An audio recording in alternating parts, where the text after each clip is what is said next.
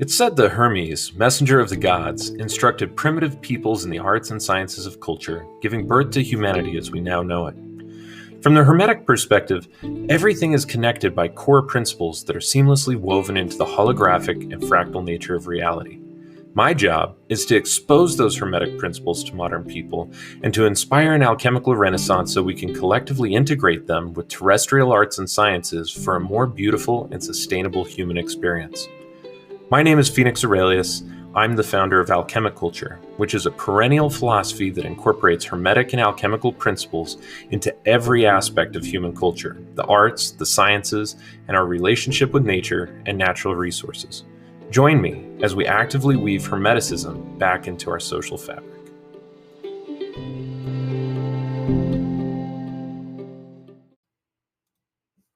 Hi there, everyone. This is Phoenix Aurelius. Today on our podcast, our very first one, we're going to be chatting a little bit more about the cosmology of alchemy and how I like to apply these principles to just about everything in life.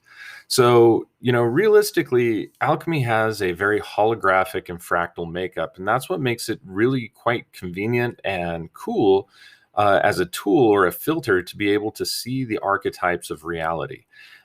Built within alchemy, there are 4 elements that are really different dimensions. The way that Paracelsus talked about it is that you have earth being the realm of Asaya in Kabbalah, and this is basically like the physical plane. Then you have water being Yetzirah in Kabbalah, and what Yetzirah means is formation, and this is the astral plane. This is where thoughts and emotions and basic forms really start to exist, and this is where we start to see the 4 elements themselves actually combining together in different combinations in different ways in order to create a kind of quote-unquote short code for universal reality.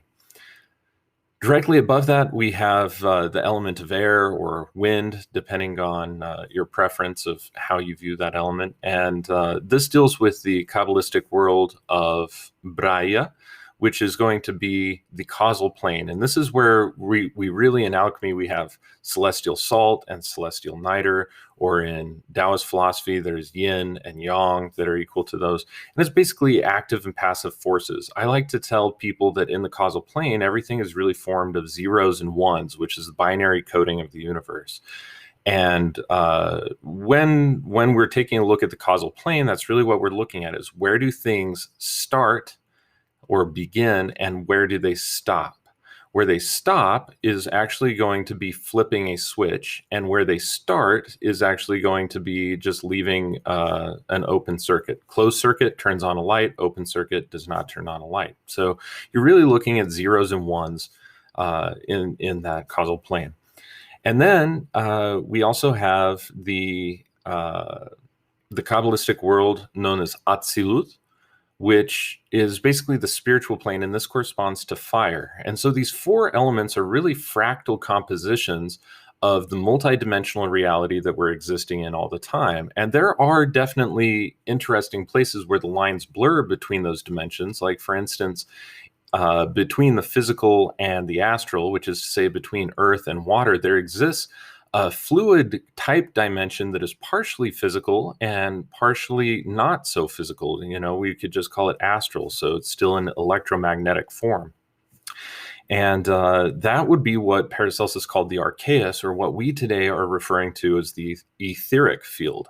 And so there are definite gradations between each of these 4 primary elements that tell us a little bit more about certain types of details that would be present, say, in the higher astral as opposed to the lower astral, and so on and so forth. So that's really a key tenet, though, is like looking at everything through a dimensional filter is really quite important to the alchemist.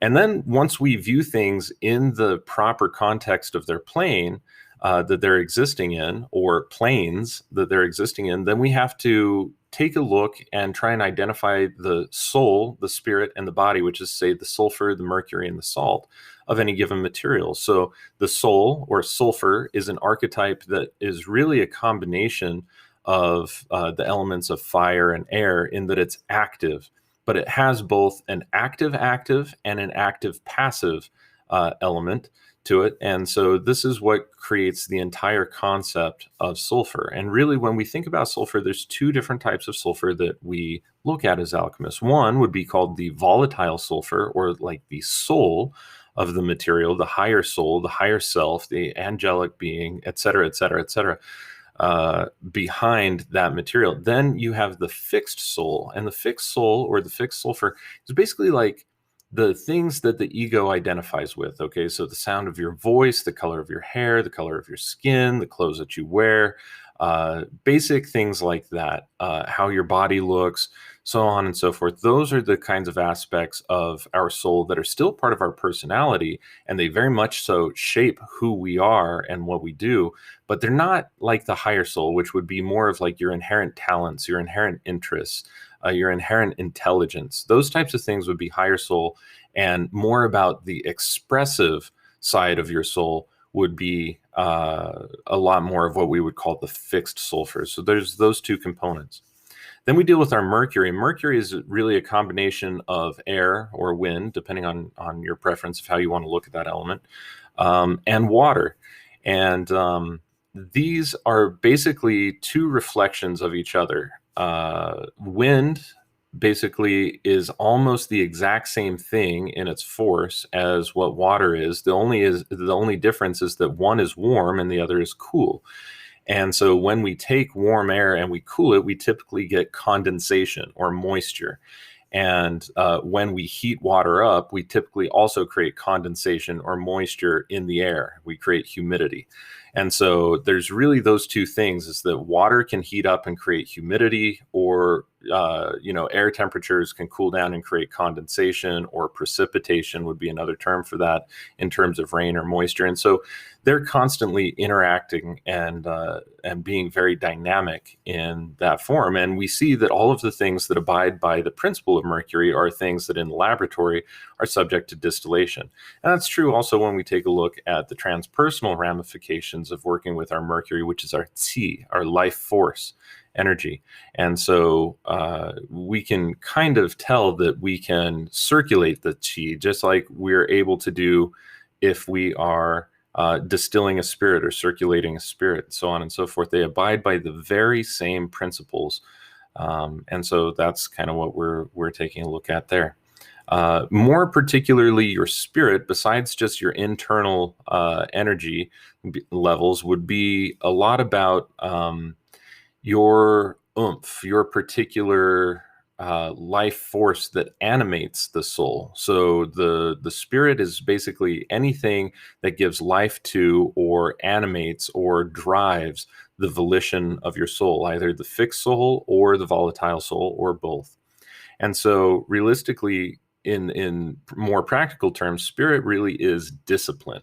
And it's how much you have been able to build as a result of your disciplines inside of your life. For instance, somebody who focuses day in and day out on, say, stock trading and financial services and different types of things like this, money is going to be their primary source of spirit. It's what drives them and gives purpose to the rest of their life, their inherent talents and interests likely being in finance. Now, there is a caveat. If a person is just in an industry and that's not authentically what they love doing, then their soul probably won't be into it, and it will be a quote unquote soulless job. But if their heart and soul and inherent talents and interests are, say, in money lending, trading stocks, et cetera, then the money is going to be a life force that gives power to that ability, to that volition. And the discipline of earning that money, or saving that money, or however they're accruing that money, is going to be the spirit, or what builds and refines the spirit to be able to enact the volition of the soul. Then finally, we have salt. And salt is the principle, the only tria prima. Tria prima is Latin for the first three. So these are like the first three things that we break things down into when we see them physically. So the last of these is salt, and salt deals with the body, or the corporeal structure of things. And realistically, when you take the body, all of the hair color, the skin color, all of those things, they burn away. And they get turned into technically an ash from which is leached the salt of sulfur. also all the bones, all the blood, everything that is the constituency of that body gets burned away, and it really just turns to ash. And it's from that ash that we extract a completely pure material, corpus, that comes from that original body, but it's usually just very simplistic. So like in the animal kingdom, it's usually sodium chloride. In the vegetable kingdom, it's usually potassium carbonate. So realistically, what we're looking at here is a principle that gets down to kind of like the essential mineral that everything reduces down to. And that's what the body is. It's the vehicle for which the soul and the spirit are able to perform their volition. And that's kind of how the Tria Prima work together, and everything is that there's a soul, a spirit, and a body. The soul is the inherent talents, interests. You could also think of it medicinal essences. All of those are part of the soul. The spirit is the vehicle of kind of potency that enables or animates the soul. And then finally, the body is the vehicle in which the soul and the body become espoused so that they can perform the actual volition, actually, accomplish something. So everything has soul, spirit, and body. Everything exists in 4 dimensions. And yes, there is a sulfur, mercury, and salt to the physical dimension, sulfur, mercury, and salt to the astral dimension, sulfur, mercury, and salt to the causal dimension, sulfur, mercury, and salt to the spiritual dimension. And so that is a way of breaking everything down. And then we use one more filter, which is really the Otz Chaim, which is to say the tree of life. And the tree of life is a structure with 10 sephira and 22 pathways connecting these 10 sephira that create basically a filing cabinet for our understanding of the universe and all things that correspond to these particular archetypes on that tree. And, the Otz Chaim, or the tree of life, really is just a 2-dimensional figure of what could be a 3-dimensional cube. And so, typically when you start out, or if you want to see the entire thing all at one time, then you fold it out as the tree of life. When you're performing mental and visualization exercises to build neuroplasticity, we utilize the tree of life in its cube form and rotate it and spin it in order to get to either the sephira or the pathways that we're envisioning. So these are kind of the base blocks of what a person really needs to consider when starting to look at things from a proper alchemical angle, at least from the perspective of proper Western alchemical angle of the Paracelsian tradition, which pretty much all modern alchemy is Paracelsian, at least that originates from the West, because everything abides by his Tria Prima philosophy of sulfur, mercury, and salt. So go ahead and stay tuned. We're going to take a little break. When we come back, we'll talk about how we can apply these principles or these ideas, these archetypes, to our view of things outside of just the laboratory, but even inside the laboratory, and how these are more like perennial principles than anything else. Stay tuned. We'll be right back. Are you looking for the highest quality herbal supplements and remedies for your home apothecary? Or maybe you're looking to take your spellcraft, magical workings, or offerings to the next level. Whatever your reasons might be, we have hundreds of herbal spagyric items available, and every purchase supports our work and helps bring Spagyria into the light of the modern world. Here at the Phoenix Aurelius Research Academy, we produce dozens and dozens of items of spagyric pharmacopoeia each year, even though we only need a few samples for our research purposes. So the remaining quantities are available to the public in our online spagyric apothecary. Only the highest quality natural, organic, biodynamic, and ethically wildcrafted materials go into our products, and every purchase you make helps fund our research. As an Alchemi-Culture podcast listener, you can get your hands on our professionally crafted small batch spagyric products for 15% off using coupon code LISTEN15. So go ahead and browse our enormous selection of products and get yourself something new, or pick up one of your favorite products today. Visit phoenixaurelius.org/apothecary and enter coupon code LISTEN15 to take 15% off your entire order. And thanks in advance for supporting our research. Well, hi there. We are back from the break, and right before the break, we were actually just talking about the four elements: the three tria prima, and also the tree of life. How there are 10 sephira and there are 22 pathways, and just the tree of life itself is actually an entire branch of Hermeticism, of which alchemy is one of those branches. So there's alchemy. Then there's astronomy, or astrology would also fit in there. And then there's magic, or Kabbalah. And realistically, at certain points, Kabbalah begins to be both. It is both a science as well as a magical practice. So, at any rate, inside of Hermeticism, alchemy is its own branch and Kabbalah is its own branch. And so you could spend an entire lifetime just looking at those things.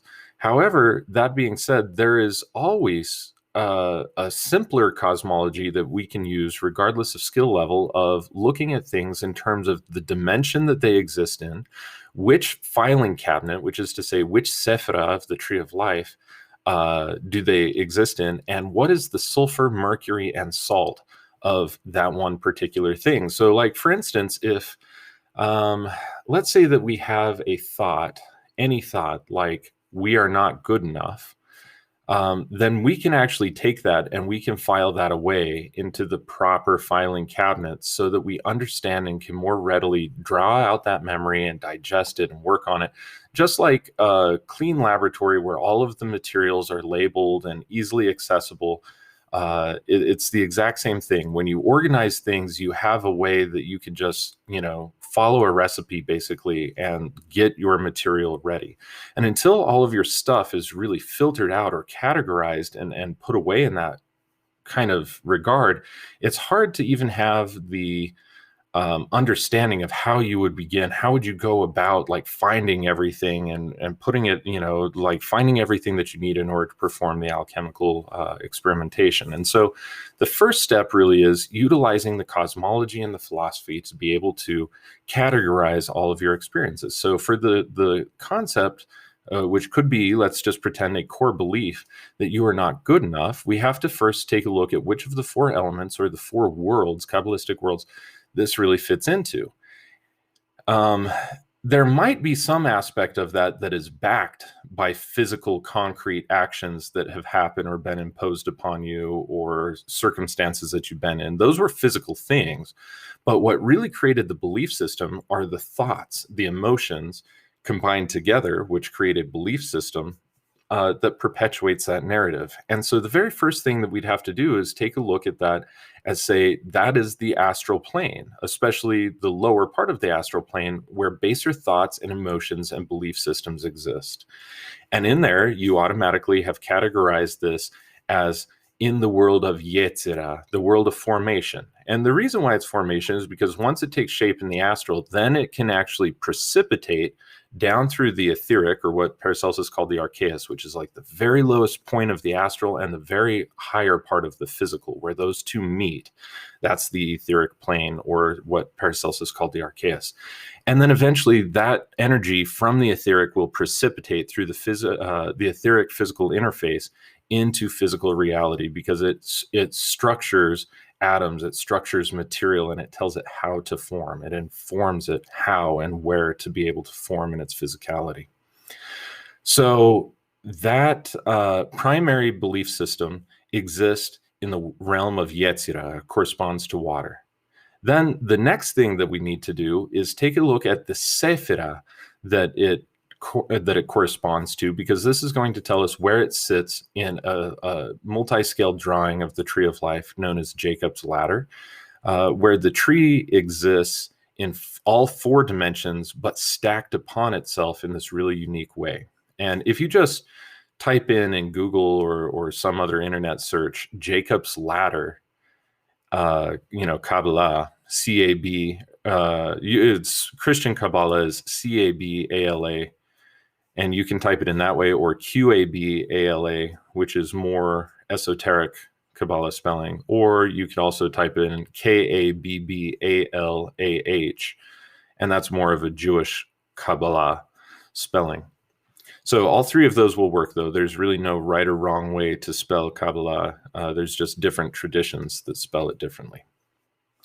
So that being said, if you type that in, then you'll be able to see what Jacob's ladder looks like and how it's the tree of life, just really imposed, where you're constantly taking the Sephra of Yesod and placing it where the Sephra, the hidden Sephra of Da'at, is in the level above it. And when you do that, then Malkut of the first dimension becomes the position of Tifaret of the next dimension below it, and so on and so forth. And you do this 4 times, basically, and you've created a diagram of Jacob's ladder. But what I was meaning to say initially is that you take your experience and you filter it through the sephra or also the pathway to which it belongs or corresponds. So in the case of the 10 sephra, Malkut would be where all of the physical things happen to you. And so this is something that is shaping your physical reality, but it itself is not physical reality. And so it belonged to the Sephra directly above it, Sephra number 9, known as Yesod. And Yesod is the foundation of the tree of life. That's what Yesod means, or at least one of its translations. This is where, again, you have a foundational belief or a core belief system that you are not good enough. And again, some of those things may have happened or caused you to form those belief systems as a result of things that have happened to you or instances in the past. But it's not those instances in the past that are physically preventing you from moving forward. If that were the case, then somebody would literally be grabbing your arms and preventing you from moving forward or keeping you in chains or shackles. That would be a very malkut kind of thing that's very physical. If it's your belief systems, then now that is something that exists in the Sephra of Yesod, the astral foundation. And then we need to break it apart into its components, which is to say the essential salt, sulfur, and mercury, or body, soul, and spirit, respectively, that your belief system is made out of. And we need to be able to extract them and put them back together, where we take everything that is not true about those things out of the equation, perfect what is true, and put it together in order to lend towards a strength. So what is before was a crippling weakness by way of a limited belief structure. Now we get rid of the belief, form thoughts, mine the essential nutrient out of it, actually, the sulfur, the mercury, and the salt, and put them back together in such a way that it lends to your strength. And so, in that way, that would be known as a transpersonal psychology. You really are taking the lead of your, personal experiences and suffering and all of those things, and turning it into the gold of self-realization. And so that's where a lot of people will talk about, psychological alchemy or transpersonal alchemy. So in the belief that you're not good enough, you first have to work with the salt material, and you do this through a series of 4 processes. The first is calcination. Calcination always works with salt material, because if you are applying heat to a liquid, now you're actually distilling it or evaporating it. You're not calcining it. When you're calcining something physical that is actually a solid. And so calcination is the process of burning away everything that is false about a material to its whitest, most pure ash. When you're taking a belief system, what we're essentially doing is we're saying, why do I feel this way? Like, why do I feel that I'm not okay or that I'm not safe? And then immediately you're going to go back to a circumstance or a traumatic memory that pops up that says, this happened and therefore I am not safe or I am not good enough for the situation. But you have to realize that that was one simple moment in time, actually, that happened. That traumatic memory, just a small blip. So that's not perpetually happening. So is one small instance actually enough for you to create a belief system that you're not good enough in all instances, or that you're not safe in all instances? Because that's essentially what you're doing. So you can't fall for your own bullshit, really. You have to begin to break that down and calcine it again. And what that looks like in the laboratory is taking our material after it's been calcined down to a good black ash of some sort, and grinding it in a mortar and pestle. You break down the belief system by bit, and then you put it back on the fire and you say, okay, so what am I really developing this belief system about. And then you might come up with even more deep-seated memories, which in your perception are all slanted to be able to get you to buy into the story and to justify your belief system, because it's easier than it is to go through the pain and transform it. So once you find that answer or those instances, you say, yeah, but those instances also don't happen all the time. In fact, they only happen a short period of the time, but they were traumatic enough that I have chosen to respond in this particular way. And then that's you grinding the ashes again and placing them back on the heat. And you continue doing this until what you're left with is personal accountability and responsibility for why you are the way that you are, that you have made decisions, you have made choices, you have made belief systems that are not even necessarily true. They're based on truth, they're based on your perceptions of truth, but they're not based in truth. And those self-limiting belief systems then are going to be very raw, and there's nothing but ash left, which leads you directly to your second process, which is dissolving the ash in water, is what we do in the laboratory. And we basically just put hot ash, cover it with distilled water, bring that up to a boil, let it boil for a while. That's the process of dissolution. What ends up happening is transpersonally, you are now putting all of that raw energy into water and taking a gentle bath, which is to say to incubate those feelings until steam starts to rise, or literally until the tears begin to come out, either through laughter or through painful crying or through release crying, some sort of crying. There's lots of different types of tears, lots of different reasons to cry. But when you dissolve, you're actually taking the crystallized memories that are inside of the ash of all of these painful, traumatized things that you've just calcined, and you're leaching them out. And that's why tears are salty. They actually contain the salty, crystalline memories that are being broken apart in your inner laboratory. Or at least that's a beautiful alchemical allegory to go along with it. Scientifically speaking, I don't think that anybody would say that's why tears are actually salty. But that being said, the next phase then is to be able to filter the ash from that water, because the water has actually dissolved a huge amount of the mineral component that was locked inside of the ash. But in order to be able to get to it, you have to separate out the ash. Otherwise, you're just going to be burning everything together, and there would have been no reason to separate it in the first place. And so the way that you do that is through filtration. And filtration would be the next step, or separation, you could also call it. And it's the ability to be able to filter out all of the ash material from the clear filtrate. And this filtrate is going to have all of the minerals dissolved inside of it, but it's not completely dissolved. And so that's the third process. And then the fourth process is going to be evaporation, and then eventually turning it into a crystal as well. And the evaporation looks like taking your filtrate, or the clear filtered fluid that came through. And so all the ash is left behind in the filter papers, and all of this clear fluid came through.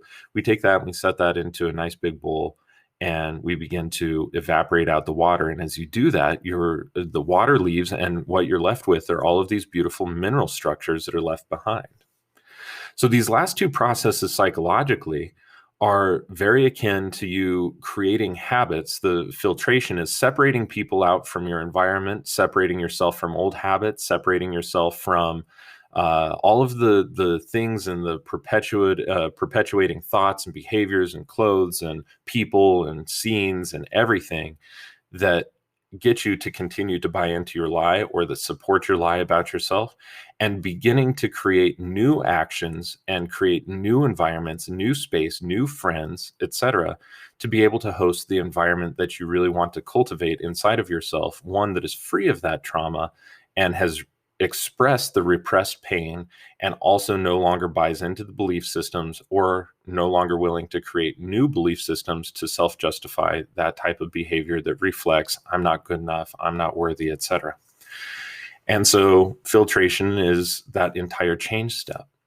Evaporation is the process of continuing to do the things that were on the higher spectrum that you chose, staying away from the bad friends, cultivating relationships with new ones. Both of those have to be happening simultaneously. Same thing with your situations. You have to avoid the old situations and perpetuate the new situations. Put yourself in that place for long enough. And given enough time, just like with evaporation, it's like the old phrase, if you watch something boil, it takes forever. But if you set it up, you go away, you have other tasks, so on and so forth, you'll find that before you even really realized it, you've become an entirely new person. And you were always in there, meaning the potassium carbonate was always in the herb to begin with. It's just that we've gotten rid of all of the extra shit that has been in the way that has prevented us from actually unlocking our purified physiological potential, or the potential of our salt. And that's essentially what you're looking at with the first 4 steps of alchemy, is to be able to purify the body. So go ahead and stay tuned. We're going to take a small break, and then we're going to take a look at the principles of mercury and sulfur and how we put all these things back again, in such a way that you can really begin to file away and utilize this cosmology a little bit, or at least begin thinking about being able to do that, because it takes a little while to really nail down these archetypes. But stay tuned. We'll be right back. Perhaps you've heard Phoenix speak about alchemy and Spagyria, and you yourself want to start practicing? Phoenix has been engaged in more than 15 years of consistent split tests in order to find the most practical and standardized methods to create the highest quality items of spagyric pharmacopoeia possible. He provides the most detailed multimedia courses in existence, walking you through every aspect of Spagyria, including beginning theory, setting up your lab, proper technique, important details on how to make a spagyric like a pro, tips for advanced practice, alchemical and hermetic applications, astrological theory, and so much more. In any of his online courses, you will be thoroughly guided through making your own items of spagyric pharmacopoeia, including spagyric tinctures, spagyric elixirs, spagyric essences, spagyric stones, and so much more. You will be able to set up your own laboratory in your home or business and craft up your very own alchemical apothecary in no time flat. To learn more about our online courses, simply visit www.phoenixaurelius.org/online courses and begin your spagyric journey today. And as an Alchemi-Culture podcast listener, you get to save 15% off the tuition of any course by entering the coupon code TEACHME15 at checkout. Again, that is coupon code TEACHME15, which will save you a whole 15% off any of Phoenix's online courses. As always, all proceeds go towards supporting this podcast and furthering our research.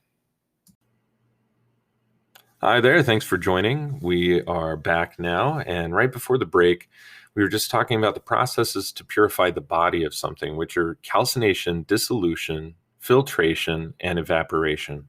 And this is particularly for the vegetable kingdom, using the wet path in particular, but this applies to all different pathways actually of alchemy. There are those same 4 archetypes where calcination belongs to fire, dissolution to water, filtration to wind, and finally evaporation to earth.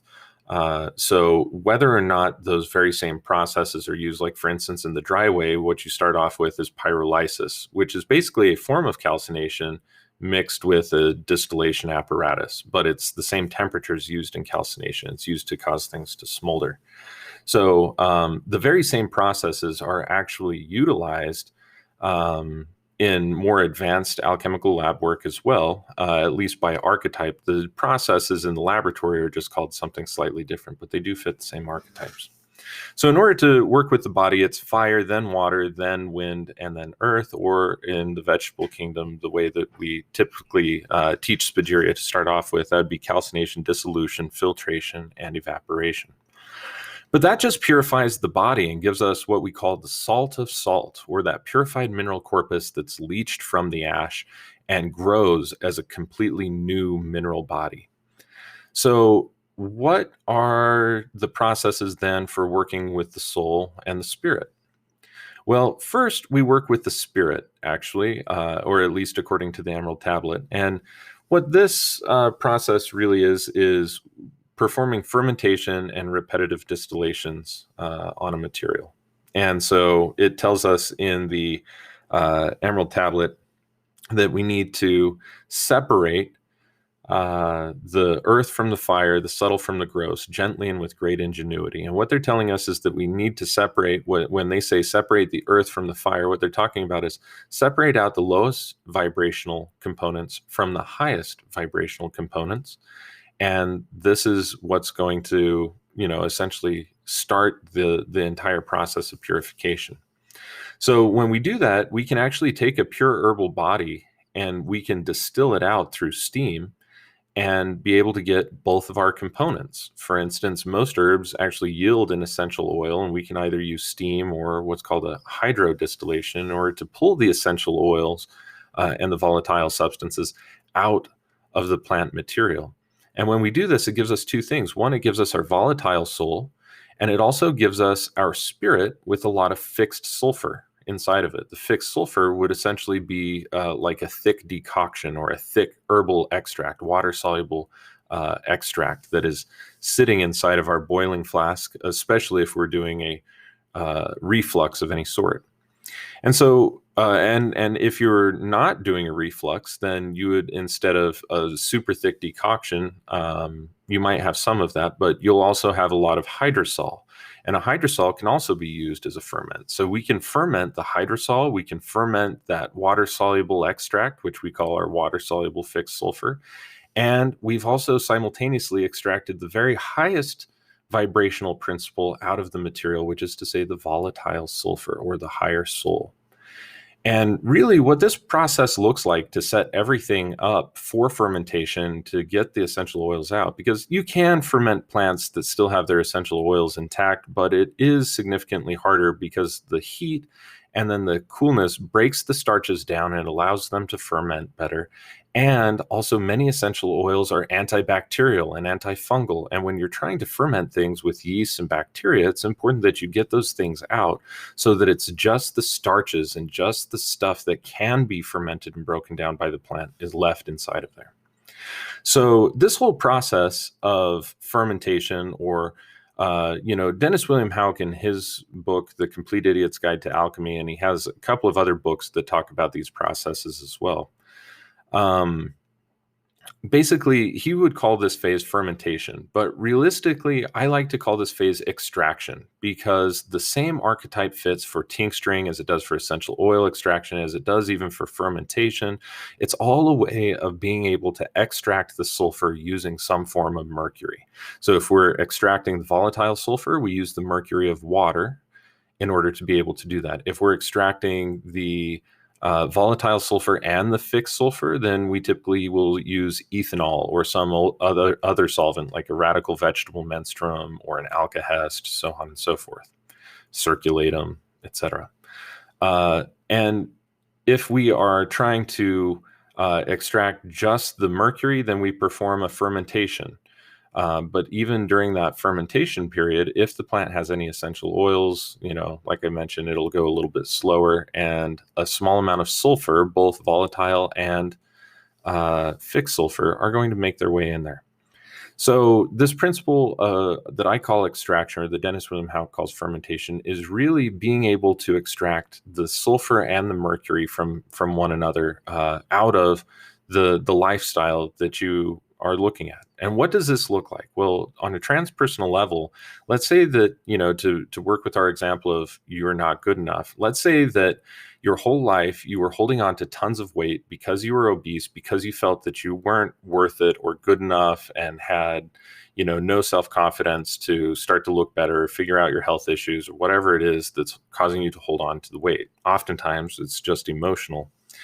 But realistically, you have not only gotten past the belief systems and underwent calcination, but then you also expressed the repressed emotion and dissolution. You created new habits for yourself and walked away from old lifestyle patterns, behaviors, dietary things, stuff like that. And you've done that for long enough that you now have like a completely new practice, new rituals, new daily lifestyle, new diet, new habits, new friends, maybe new job, all these things. Your life has made some huge changes, but it hasn't transformed yet. And the reason it hasn't transformed is because you still haven't identified why you're doing that. or what the ideal purpose of doing that is, especially if you had a belief system that you weren't good enough, and that wasn't, that was an impetus for you to let your body health and well-being and stuff fail, or get out of balance. Then there's oftentimes a very good chance that you haven't even applied that same concept of worthiness to your work, and you probably work in some sort of dead end position, or something that you're not truly passionate about, that you're just using for money. Realistically, what is the soul and what is the spirit of you actually doing that thing? So the spirit is the discipline of what you're actually doing, and your spirit needs to be purified to be able to get to the level of what the soul wants. And so in this period of extraction, regardless of the pathway that you're going through, you are essentially creating a small crisis for yourself, like an existential crisis of, why am I doing this anyway? What is my purpose, and what do I really want to be doing? What fulfills me as an individual, and what would give me satisfaction if I could do? And that's going to elicit some dreaminess. Okay, if you go the extraction pathway, that dreaminess is a little bit faster. If you go the fermentation pathway, it's drawn out considerably more. And there are more dreams and insubstantial material in the fermentation pathway that makes it like a dark night of the soul kind of thing. But when you emerge from that dark night of the soul with these awesome revelations about yourself and what you really are here to do, and so on and so forth. If you do the extraction methods, say like the tincturing method with ethanol, it's over and it's really fast, and you will find that there's not a whole lot of volatile sulfur or interest, but there's a lot of fixed sulfur in that material. That's typically what you get from an alcohol extraction. And if you do an essential oil extraction method, then essentially what you're doing is applying dreams in a quick, heated way to be able to release just the volatile sulfur of the material, and to be able to extract that. And that is to say, what your inherent talents and interests are. And then you base everything on that quantity of essential oil, which says, how much essential oil do I have? Which is to say, how many talents and interests do I have? Or what is the degree of mastery over those talents and interests? And then you focus your entire life, all of your disciplines, and all of your physical behaviors and stuff around that one thing, if you're going that pathway. With the extraction pathway of tincturing and essence making in that regard, that's going to be very simple. You're just trying to extract out the basis of who you are and what you do, and it might even be like the ways that you want to be looked at. That's a pathway to go down for ways that you might want to be looked at, or things where you're not just capturing your inherent talents or interests. You're doing things that actually will fulfill you as a fixed sulfur, which is to say your ego's representation of itself, and things that are going to add to your kind of astral egregore, your je ne sais quoi. It's like the thought form behind you. Whereas the fermentation pathway is really a truly existential crisis that causes a person to eat themselves away from the outside in until they become a new material. And it's where the biomass is literally being broken down microbially through fermentation and turned into a spirit that is infused with the essence. So the spirit, the discipline that comes out of the dark night of the soul experience is really ultimately what the life will be about. And there's no one right way actually to perform extractions. Everybody has their own unique pathways, but that's essentially what the whole archetype of extraction deals with and is about. And then finally, you have distillation.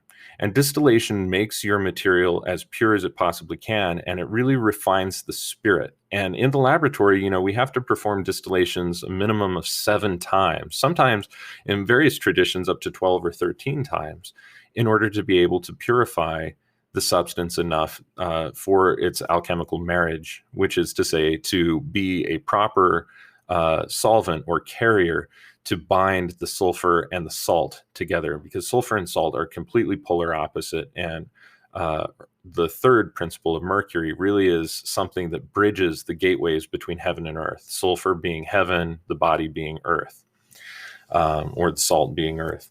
So in that way, this final process of distillation is really purifying the substances that you have. And there are lots of different distillations that can happen, but the most traditional one is just distilling your ethanol. And when you're distilling your ethanol from a crude wine, like we made in the fermentation pathway of the extraction phase, you have to do a preliminary distillation and then 6 additional distillations in order to get it to 95% pure and alchemically purified and infused with the proper 7 planetary forces too, so that it works all the way around the board and contains all of the rays of all of the planetary forces, therefore imbuing within itself an astral potency, or like the Emerald Tablet says, combining within itself the powers of both the above and the below. So realistically, this is your discipline. This is what your actual habits, this is what you'll be doing on a day-by-day basis to be able to be, for your physical body to have the space in the container to actually channel the volition of the soul. And so you take your interests and you apply every single one of your moments throughout the day in achieving those goals and constantly working towards those goals. Now, that doesn't mean that you're excessively young, okay? That doesn't mean that you're so active all the time that you can't even sleep. What it means is that every moment that you have doing anything, hanging out with friends, working, focusing on things, anything, draws right back to the experience of what you are here on earth to do. And it doesn't, here's a popular misconception. So many people say, what am I meant to do? There's no such thing. There is really only, what are you choosing to do in this moment, and really making that your focus and your entire goal. And as long as you are living on what you choose to do and not trying to find some purpose outside of you, but finding it within you, what is meaningful to you and relevant to you now at this phase of your evolution and growth, then you are actually performing the work. Because as you constantly change your positions in life, as you change your mind, as you change, so many different types of things, all of the rest of the realities that you experience and all of the other subtle dimensions begin to shift as well, with your dream and with your intentions and with how you are moving through things. So your spirit really is the guiding force, the actual animating force that allows the volition of the soul to be acted out through the body. But they're the things that you're actually going to be doing, the rituals, the behaviors, the words, the mantras, the meditations, the et cetera, et cetera, et cetera, going to the job, doing all, whatever it is that makes you really fulfilled as a soul. So doing it with repetition, just like we do in the laboratory, is what makes your spirit pure enough to be able to do something. And, because your material is also changing just a little bit, constantly distilling your material again and again and again on a day-to-day basis to be able to ensure that your spirit is pure enough is the allegory that fits what we're performing in the laboratory. So once you have these 3 essentials, though, you've purified your body, you've extracted your soul or your sulfur, and then you've also purified your mercury. Now it's time to put all 3 of those together. And when you do that, when your behaviors and your disciplines meet exactly your talents and interests, which meet your body, which is to say, your being that is completely free of repressed emotions and self-limiting belief systems and so on and so forth. Now you have a triple decker to be able to perform absolutely anything that you put your mind to. So you will end up inherently finding through that process what your own inner strengths actually are. When you put all 3 of those materials together and just let them mature, you'll find inherently what they are, because other people will begin to notice you and notice those things about you. And it won't be something that you fantasized about or whatever. It's just that you will begin living, and the way that you're living actually contains some sort of virtue in it, so that other people can take a look at this new you, this transformed you that started out with all of the traumas of everybody else. But now you're lending all of the things that you've garnered and gathered away from those traumas, and you're using them creatively and instinctively based on your inherent talents, your inherent interests, to be able to live a more fulfilling life. So that would be a singular example, for instance, of how we can apply alchemical cosmology and thought and breakdown to things that we might actually experience on a day-to-day basis and that have absolutely nothing to do with gardening or lab work, etc., except for the archetypes that make themselves present also in lab work. And that's the whole framework of alchemy. So go ahead and stay tuned. We're going to do one more break. And when we come back, we'll talk a little bit more about these holographic and fractal principles briefly in their application in the lab for making medicines, in the garden for being able to perform exquisite forms of agriculture and ecology and so on and so forth. So stay tuned and we'll be right back. In today's age of rampant toxicity, it's important to have effective products at your disposal to maintain balance and well-being. One of the best products I've come across in over 15 years of actively looking for the best of the best for myself and my family is Zach Bush's ION Biome products. ION Gut Health in particular supports the body's production of beneficial enzymes through cellular communication. These enzymes help support the seals between the cells in your gut lining, thereby giving you a first-line defense against invading toxins like the infamous glyphosate that's so notorious for completely destroying gut microbiome health. The most recent scientific studies suggest that somewhere around 70% of the human immune system is built in the gut and the gut lining, and this barrier is critical for your total well-being. So if you're anything like me and you care about the total health of you and your family, then do yourself a favor and order some ION Gut Health today. Visit phoenixaurelius.org, scroll to the Media tab, and select the Alchemi-Culture podcast page. From there, you'll see a link for ION Biome's ION Gut Health. And as with all the links on our podcast page, this company offers us a small percentage of sales to help support our research and make this podcast a possibility. All right, we're back. Thanks for joining us. Right before the break, we had just kind of finished talking about the different processes that are necessary in order to perform and to extract the tria prima from ourselves and to be able to arrive at those tria prima. So again, from the beginning of the episode, we talked about a couple of things that are absolutely necessary. The first thing is the 4 elements. And these are really dimensions, the way that Paracelsus talks about them. Again, Kabbalistically, we would call those Asaya, Yetzira, Braya, and Atzilut. But really, in modern terminology and in English, we would just call these the physical plane, the astral plane, the causal plane, and finally the spiritual plane. And every experience that we have first gets filtered into one or more of those 4 planes, because everything can exist multidimensionally and have components that get filtered away. So you take a single experience and may have 4 different components to that same experience, but for the most part, usually every experience can fit into just 1 or 2 of those filing folders. Then we move into understanding the sulfur, mercury, and salt of a material. And the sulfur, mercury, and salt is exclusively broken down using the 7 alchemical processes that we kind of outlined in the last 20, 30 minutes or so. And again, by name, at least to start off with in the herbal kingdom, these would be calcination, dissolution, filtration, evaporation / crystallization.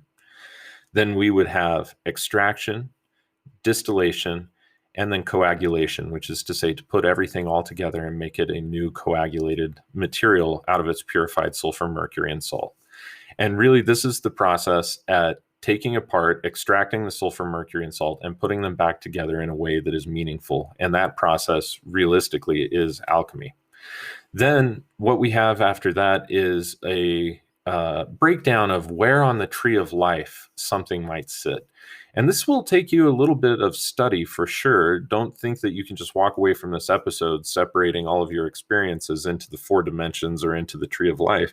These are things that you're going to have initiatic experiences in order to tell you exactly what they are. And so traditionally, in Jean Dubuis's pathways, and his instruction methods, every spagyric stone that you create, like different tinctures and different materials, but especially stones, are a great way of initiating you into various sephira. So, for instance, we might make a stone of sundew, or we might make the most advanced creation of spagyric item of pharmacopoeia that we can from sundew, and that's going to work for the sephira of Malkut, or the earthly dimension. Then we move to the astral dimension. We might work with something very, very astral that corresponds to Luna, which is the planetary governing force over that particular sephira. And that's going to initiate us into Luna. And from then on, you might begin to have really lucid dreams or have the power to control your dreams. You know, chickweed is a very good one. Passion flower is another good lunar herb. There's many, many good lunar herbs that are able to make exquisite lunar stones in order to provide these initiatic experiences. And then initiation into the Sephira of Hod, which is Mercury. That's your holy guardian angel. And when you begin to do that, that's typically the caraway stone of eternity. But when you make the caraway stone of eternity, then you begin to be in direct contact with your higher self. And so it becomes literally impossible for you to not listen to it without instant karma essentially following, because you're breaking the pattern of what you quote unquote should be or ideally could be doing if only your spirit or your body or your own volition, your own lower soul, your fixed sulfur were more in line with that. And so all of the processes that lead up to the caraway stone of eternity are really rituals that are purifying your body and your spirit and your disciplines to be disciplined enough to be able to hold all of that intrinsic data where you're connecting with your higher soul. Otherwise, it really becomes kind of a hell on earth. Your angels become your demons in a certain regard if you're not listening and working towards what the volition of your higher soul wants. And then you can work, say, with lady's mantle or other Venusian herbs and make a stone of those. And then that's going to initiate you into the entire vegetable realm.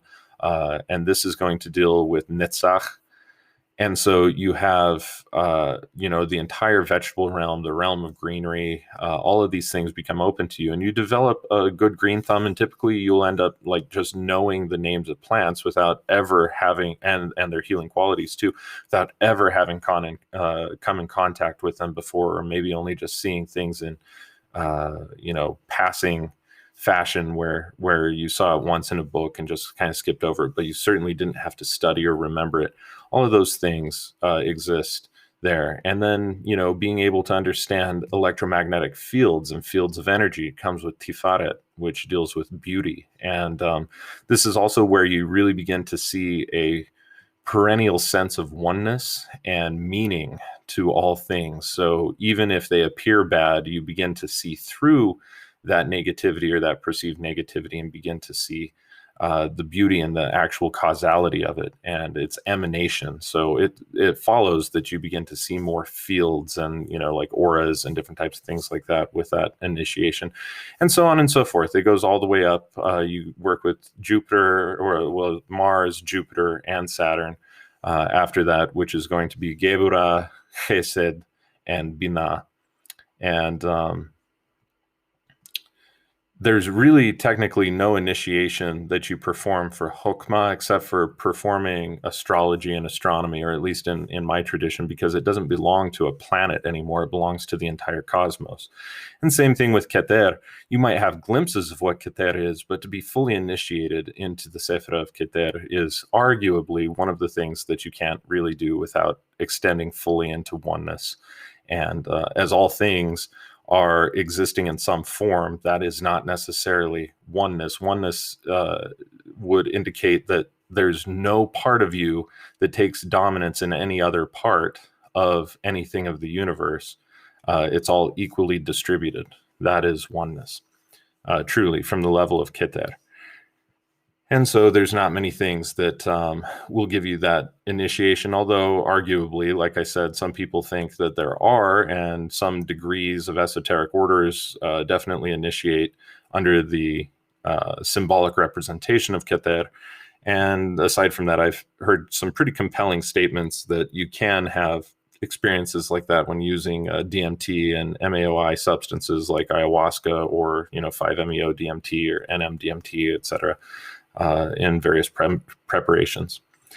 But all of that aside, that is basically the way or the diagram and methods of initiation of looking at things alchemically. You have your elements, you have your tria prima, you also have the tree of life, especially the 10 sephira.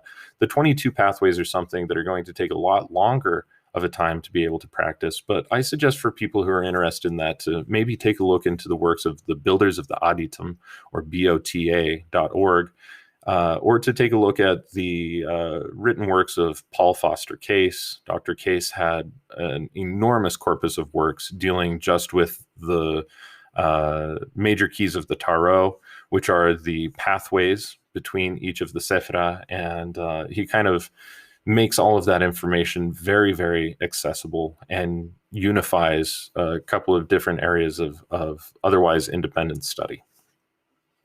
So that's a basic view of alchemical cosmology. And yeah, it does take some time and some discipline, even just to begin to master the terminology and to get the ideas down, let alone to actually apply it to your life. But once you have all of these things applied to your life and you kind of understand them in a much better way, then what ends up happening is that you can apply them to lots of different areas. So, of course, with laboratory work, we can apply it to making spagyrics, which Spagyria really is its own philosophy and its own branch of medicine, equivalent to traditional Chinese medicine or Ayurvedic medicine. It has its own methods of diagnostics, its own theory, its own cosmology, its own pharmacopoeia. So, in that way, that's where I liken it to TCM or Ayurveda. And realistically, alchemy is just one branch of what you need to know. Alchemy and astronomy and virtue and physic are the four branches of spagyric medicine. So we use alchemical processes of calcination, dissolution, filtration, evaporation, extraction, distillation, and coagulation. We use all of those processes in the laboratory in order to make really highly efficacious medicines, and not just herbal medicines. We work on animal materials, we work on mineral materials and metallic materials.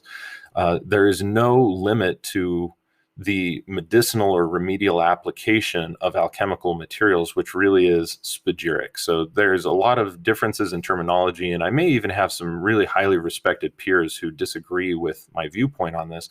But based on the way that Paracelsus wrote and based on my own experience, Spagyria is by no means limited to just herbal alchemy or even just to baser works, easier works in the alchemical corpus. Anything that is in the alchemical corpus that has the end product of a medicine can be used in spagyric pharmacopoeia. And that's a really important point. So we're able to utilize those very same processes. We have to constantly identify the sulfur, mercury, and salt of a material. So like in herbs, the volatile sulfur is going to be the essential oil. The fixed sulfur is going to be the ethanol and or water-soluble extracts, the active constituents and tannins and so on and so forth that actually come out of the plant when you extract with a menstruum or a solvent. Then you have the mercury, which happens by fermenting and distilling the plant material. And then you also have the salt. And the salt is obtained by taking the actual dead corpus that you've extracted and incinerating, calcining it to an ash and leaching out of it through the processes of dissolution, filtration, and evaporation successive times. The essential plant body, which we would call potassium carbonate for the majority of the vegetable kingdom. And so this is essentially the way that we would apply those things in the laboratory. And then we put all of those essentials back together, and the proportion at which, the times at which, how we do it, how much of each, et cetera, that all really determines the item of pharmacopoeia of spagyria that is being produced. And so all of these processes can be utilized and demonstrated in the laboratory. And that's a really key point. And that's why alchemy exists not only as a psychological model, but as a laboratory model that meets the psychological model eye to eye with the very same archetypes.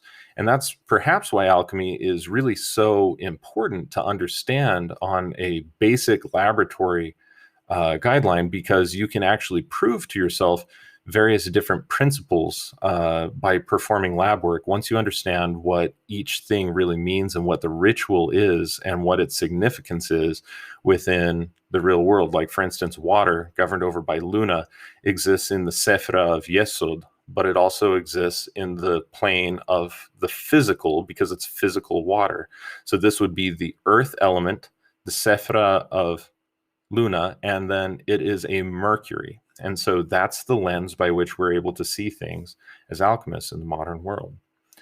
But then, we begin to take a look at these very same concepts, and we look at the plants in their growing environment in nature, and they have to have the same thing. In order for their sulfur, mercury, and salt to even be shaped, the soil itself has to have a sulfur, mercury, and salt. And so what does that look like? The sulfur is going to be all of the microbes, the actual stuff that is breaking apart, decomposing, and acting like the acids and terpene profile would in the vegetable kingdom. It's a catalyst anytime that it hits a base agent. And so these are, for the most part, a lot of different types of acids that exist, and also microbes that exist, and I guess enzymes that exist inside of the soil. Then you have water, which exists as a medium through which everything can stay moistened and have proper diluted reaction. And then finally, you have the minerals inside of the soil being the salt. So the sulfur are going to be the enzymes, the microbes. The mercury is going to be water, which is a universal mercury. And then you're also going to have your salts, which are going to be all of the minerals or even metals that make their way inside of that soil composition. And eventually, with the right balance of water or mercury, the acids and enzymes and microbes will actually break apart the minerals and perform what is even called scientifically biochemical transmutation. And this was written about by Dr. Louis Kervran, using soil bacteria in order to transform minerals from one mineral to another, like manganese into nickel or iron. So these things definitely are constantly working inside of nature and inside of the soil. And when we understand their principles and we identify the tria prima and the dimension that we want to work on, like, for instance, when you're talking to your plants, you're sending them information through the water principle or the astral dimension, the world of Yetzirah. And the reason is that you're not affecting the plant itself per se. You're affecting its astral energy, how it feels, how it behaves. When you tell it that it's beautiful and it looks good, it responds in a much better way. According to the entire books by Tompkins and Bird's Secret Life of Plants, they respond so much better when given positivity than when they're given negativity. Or they respond to classical music, for instance, better than some forms of rock and baser types of music, which respond better than if they had no music or no attention at all, right? And so you're able to begin to see, and because on the tree of life, you were dealing with, say, a plant, that plant you can either categorize into the sephira that it belongs to, that it's governed over. So, for instance, if it's a caraway plant that we're talking to, then you might want to put that in the sephira of Hod. Or on a broader level, you can also throw that into the sephira of Netzach, which deals with Venus and all living and growing things. And so you begin to kind of get an idea of how to look at things with this perennial kind of filter, this alchemical filter that helps us to break things down into their counterparts and begin to see the world truly alchemically, so that there's nothing that you see or encounter, whether it's something very, very subtle, like a thought, an idea, an impulse, a vibration, an impression, or whether it's something very dense, like an herb, a mineral, a metal, or anything in between, a belief system, so on and so forth, that once you have identified it, you know how to break it into its individual components, understand which dimension or dimensions it exists in, and how to file that experience away in a relevant and meaningful way that lends to and adds to the richness that is your life. So we could talk about this for probably 20 more years, I'm sure, but as best and as succinctly as possible, I've tried to kind of explain my angle of how I view the world and reality using alchemical archetypes and tried to impart a little bit of the viewpoint that I try to instill in every single one of my students so that we can broaden our perspectives, learn a little bit more, and understand, have a greater sense of meaning, connection, correspondence, and understanding of the natural world around us. So again, I'm Phoenix Aurelius. Thank you so much for joining, and stay tuned for our next episode.